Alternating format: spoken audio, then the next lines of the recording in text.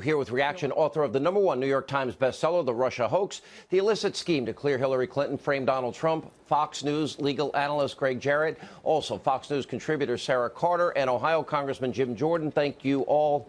Congressman, let's start with you because we now have a situation where Glenn Simpson won't testify, Rod Rosenstein won't testify. Yeah. Congress doing their job of oversight has been obstructed the entire way, and you wait years and you still don't get documents. And they never told the court in FISA about the political origins, meaning Clinton bought and paid for all this.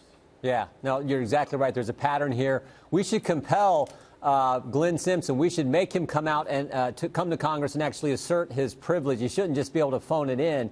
He should have to come there. But understand what they're trying to do. They're just trying to run out the clock. They actually want the Democrats to win, and if the Democrats win, they're never going to be called in front of Congress, and we'll never get the answers for the American people.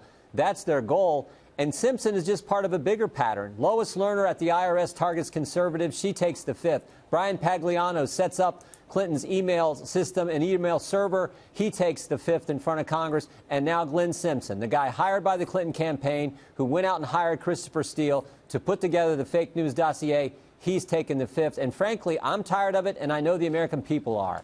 You know, Sarah, you got now the political origins that was literally never told to the FISA court. 4 warrants, the bulk of information is the phony dossier. He, again, helped put this thing together with Christopher Steele. And beyond the fraud, now you have this institutionalized obstruction, and the people involved, they won't even talk about it.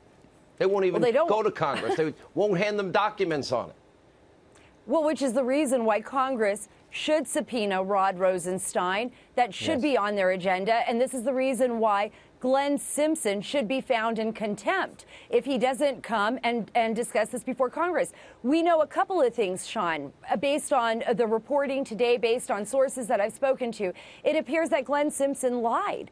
And if he did, he needs to explain himself. And this is something Congress should hold him accountable for.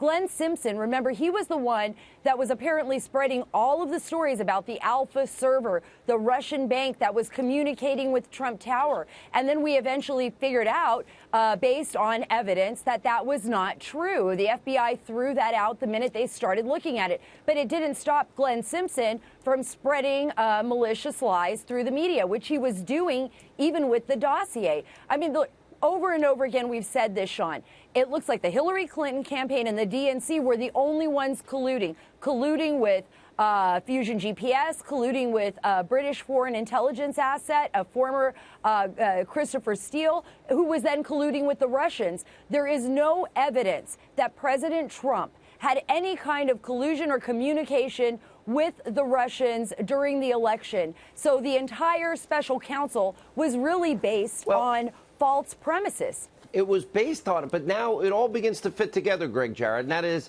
that now we know what the leak strategy was about because Lisa Page had said, oh, there's no evidence of Trump-Russia collusion. Sure. Peter Strzok even said there's no there. So 9 months in, they had absolutely nothing. Right. So then the leak of the dossier begins to create the impression that something had happened. But that's Hillary's bought and paid for Russian lies. Sure. You know, irony of all ironies. And then we got guys apparently talking about wearing a wire against the president of the United States and maybe trying to invoke the 25th Amendment.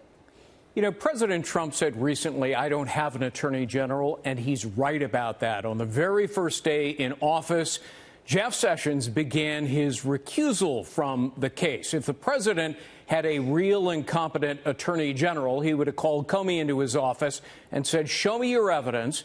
And that attorney general would have discovered there was no evidence. He would have said, show me the evidence in the FISA warrant applications to spy on the Trump campaign, and would have discovered that it was all conjured by Hillary Clinton based on fabricated evidence. And that good and competent attorney general would have marched over to the White House and told the president, you must fire James Comey for violating a myriad of regulations and launch a serious investigation in front of the grand jury into the Russia hoax. It sounds like we're getting there, though, because now you have, you know, with James Baker's testifying and Lisa Page apparently telling some truth and Andrew McCabe in trouble, they all seem to be turning on each other. Here's the question.